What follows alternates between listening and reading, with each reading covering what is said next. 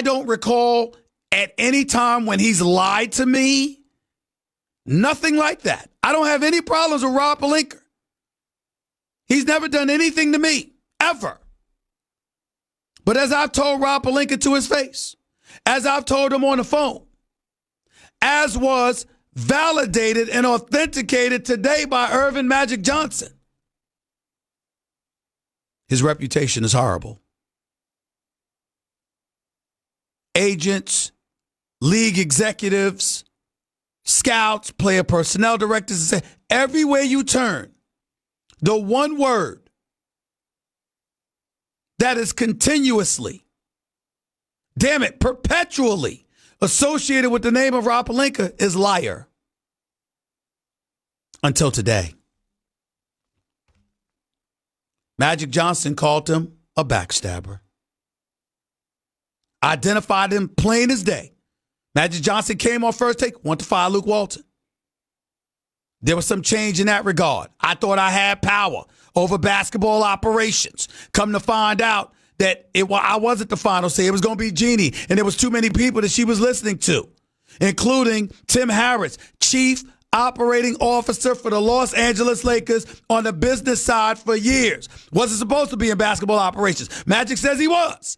He was infiltrating. He was messing around. He had no business on that side, but he was on that side. Magic didn't like that. Wanted to fire Luke Walton. Originally, the okay was given. Then all of a sudden, they reneged on that. But the ultimate thing was Rob Pelinka. Practice facilities and Lakers offices. Where's Magic Johnson? Where's Magic Johnson?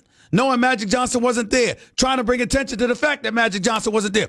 Where did you hear that before, ladies and gentlemen? Did I not tell you months ago this is what was happening? I said it. I said, I don't know whether it's true or not, but that's what's being said. It's getting back to Magic Johnson, and Magic Johnson is going to have a problem with this. Don't let me go into the archives and find out what I told you.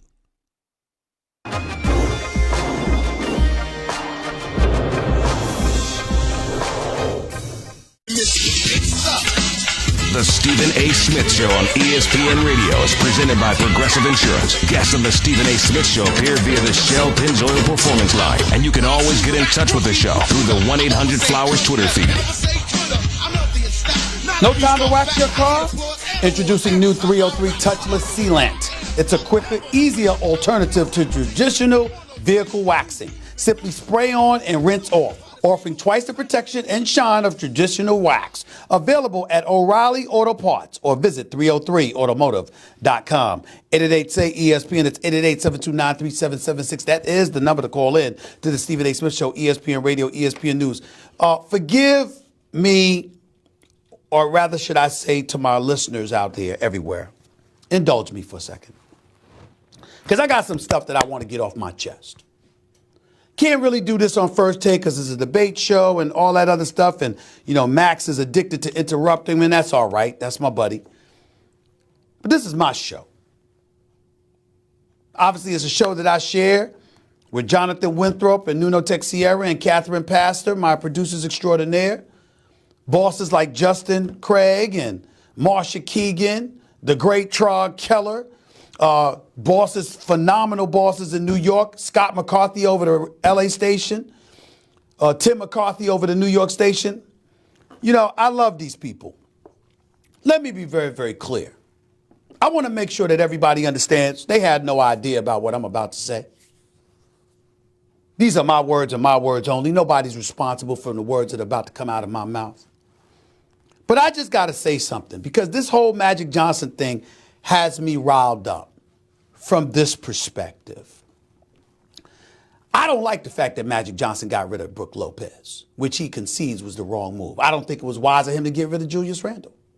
I don't think it was wise of him not to get more shooters up in there to surround LeBron James with. I just don't like that vision. I don't think it was wise for him to get rid of Zubac. I just don't think it was wise. I know he had explanations for everything other than Brooks Lopez. I respectfully disagree. I can't even express to y'all enough how many arguments I've gotten in with Magic Johnson about picking Lonzo Ball with the number 2 overall pick. I know Lonzo can play. I know Lonzo has a great upside. I know that Lonzo can end up being a star one day.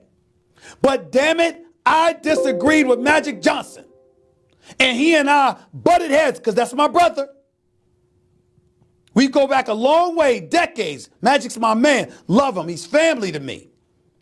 Magic Johnson and I have butted heads over Lonzo Ball from before he drafted him. I didn't like him. Not with the number 2 overall pick. Because to me, you don't get to look at Lonzo in a vacuum. You got to look at Jason Tatum at 3. You got to look at De'Aaron Fox at 5. You got to look at Markkanen at 7. You got to look at Dennis Smith Jr. at 9. You got to look at Malik Monk at 11. You got to look at Donovan Mitchell at 13. These are all players you could have had instead of Lonzo Ball. So when you want to get on Magic Johnson about that, Magic Johnson will be the first to tell you, you got my man Stephen A. Smith, his company, getting on me about that because he and I have been butting heads forever about that. But when you attack this man's work ethic, it's something that rakes my nerves. Now, people sit up there and talk to you about, well, you know what? It's yeah, there goes Stephen A. It's about race. No. It's about a perspective that touches on the racial differences. In other words, if you are white, you might look at it differently than black. It doesn't mean anybody's racist. It doesn't mean racism is a part of the process. It means that your perspective on things differs from ours. How in God's name are you a champion 5 times over? Arguably the greatest point guard we've ever seen in the game's history. Unquestionably, one of the top 50 players we've ever seen in the game. A champion and a leader. And then you transition from the world of sports to the business world during a time when most folks never believed that an athlete could do that, let alone a black athlete. He did it. And the narrative about him now is associated with laziness, part-time worker, when he had an agreement that allocated responsibility to other people and he would play the role of overseer and it was agreed by all parties. Y'all don't have a problem with that? You don't have a problem with that? I do. It's disgusting. It's insulting. No wonder why he came to hell on First Take and went the hell off. Why shouldn't he? You didn't sit up there and say, we disagree with Magic's basketball decisions. You question whether or not he worked. You lacked appreciation for the basketball acumen he showed on the court. I look at Brandon Ingram. We ain't calling him a scrub. I'm looking at Kyle Kuzma. We ain't calling him a scrub. You got people all over L.A. talking about Lonzo Ball, Josh Hart, who recruited LeBron James. Now, I believe he was coming to L.A. anyway, but who did LeBron James wait to come to his door before he said yes? Who was the person that could get him on the phone? Who was the person that could sit in his home with him and his family? It wasn't Jim Buss. It wasn't Jeannie Buss. It wasn't Rob Pelinka. Hell, it wasn't even Kobe Bryant. It was Irvin Magic Johnson. That's who it was. And you would talk about him this way? And and this is the part that really gets to me, that I said I had to brace myself to make sure that everybody understood exactly where I was coming from. When the hell does it stop? Ladies and gentlemen, I'm going to get a bit personal here. I apologize to ESPN, but it's on my mind. It's in my spirit. Let me tell y'all something. I want to thank all the listeners out there. Stephen A. Smith's show on ESPN Radio and ESPN News is thumping. I don't know about everybody else. The show's winning.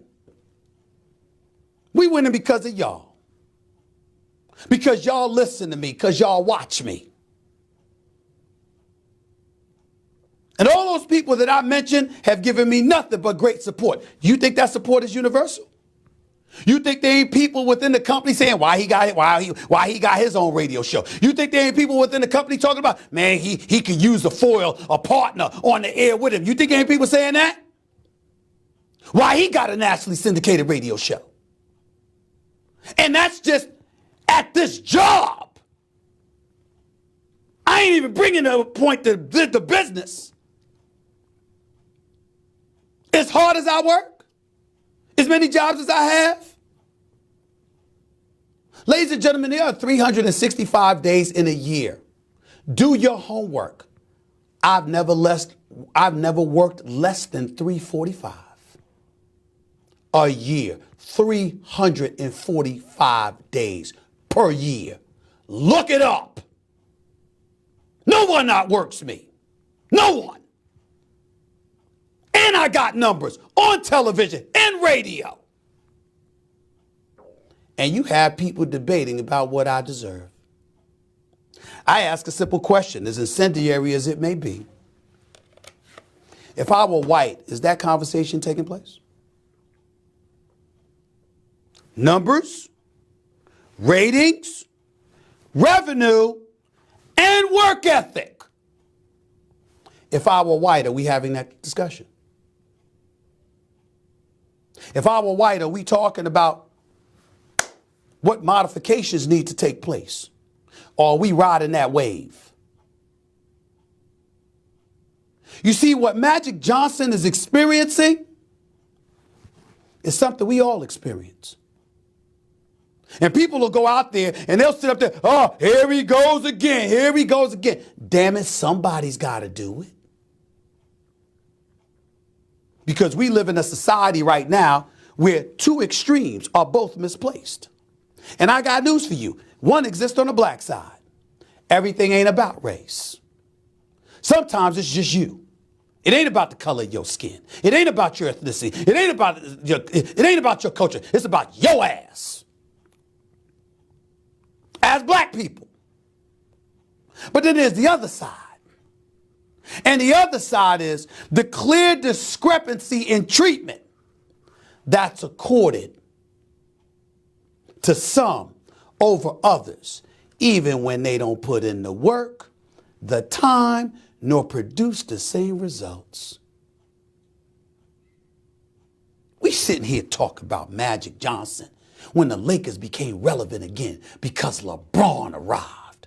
Who the hell assisted in that happening? We got a problem with Magic? And why?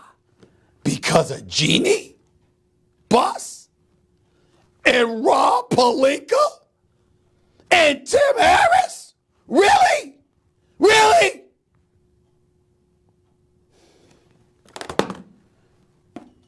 Go to break before I go to hell off. The Stephen A. Smith Show is being brought to you by Barbasol. Hey, sports fans.